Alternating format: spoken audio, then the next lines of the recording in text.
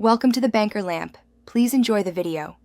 You begin by gathering the minimum inputs the app needs: accurate position, local clock set to UTC offset, and the almanac year. Enter your latitude and longitude precisely to 0, 1 or better because small errors move sites. Once done, pick the celestial body list: sun, moon, planets, stars, and the observation type. Make sure to save or lock these settings so the app uses consistent parameters for calculations and site reduction. You now process a site. Enter your observed altitude with instrument and index corrections applied, then state whether you used natural or artificial horizon.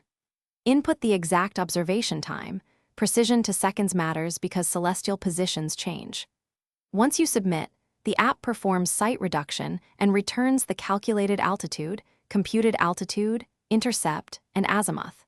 You should examine residuals and compare with dead reckoning. If discrepancies exceed expected error, note them for recheck. You complete the process by plotting intercepts or letting the app compute a final fix using multiple sites. Verify the estimated position, error, and timestamp.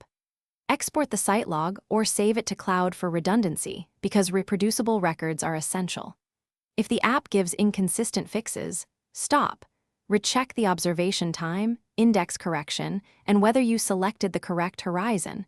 Re-enter the site and rerun calculations. That single troubleshooting check usually resolves most mismatches. Thanks for watching. If this was helpful, leave a like and consider subscribing. See you next time.